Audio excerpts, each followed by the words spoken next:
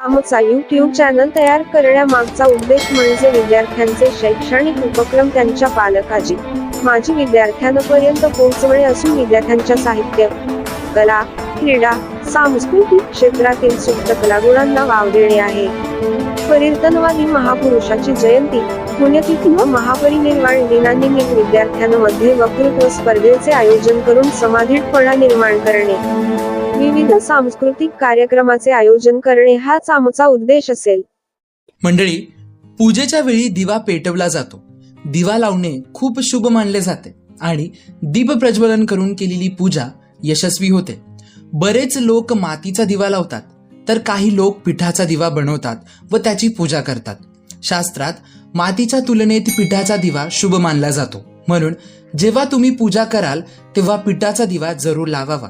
वास्तविक इतर दिव्यांच्या तुलनेत पिठाचा दिवा शुद्ध मानला जातो, कारण तो धान्यापासून बनलेला असतो. यामुळे हाच दीप प्रज्वलित करण्याचा सल्ला शास्त्रात देण्यात आलेला आहे. आपण देवळात कणकेचे दिवे लावलेले बघितलेच असणार, पण आपल्याला हे माहिती नसतं की हे दिवे का लावतात. चला तर मग जाणून घेऊयात शास्त्राशी निगडीत काही गोष्टी. मित्रांनो, गव्हाच्या पिठाचा दिवा अतिशय शुभ मानला जातो. तुम्ही पाहिले असेल की शुभ कार्यांमध्ये पुजाऱ्यांकडून कणकेचा दिवा देवासमोर प्रज्वलित केला जातो. असे म्हणतात की कणकेच्या दिव्याने देव प्रसन्न होतात आणि त्यांचा आशीर्वाद लवकर मिळतो.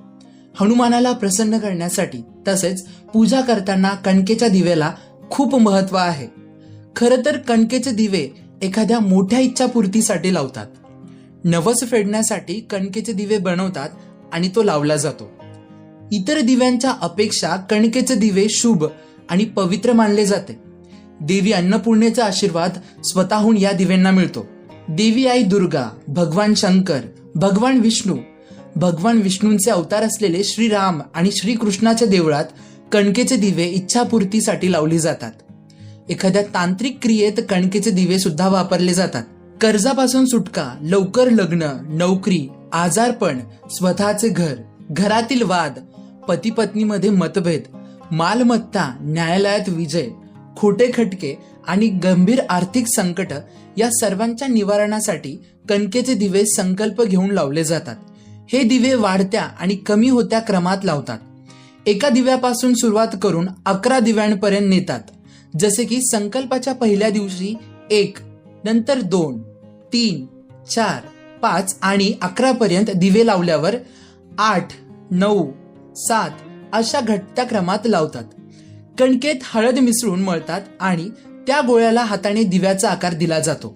नंतर त्यात तेल किंवा तूप घालून वात तेवतात. नवस पूर्ण झाल्यावर एकत्रित्या कणकेचे सर्व संकल्प घेतलेले दिवे देवळात जाऊन लावतात. जर का दिव्यांची संख्या पूर्ण होण्याच्या पूर्वीच आपली इच्छा पूर्ण झाल्यास तर या क्रमात मोडू नये. संकल्प घेतलेले सर्व दिवे लावावे. एखाद्या चांगल्या दिवशी, चांगल्या वारी, शुभ मुहूर्त आणि चौघडा बघून दिवे लावण्याचा संकल्प घेऊ शकता.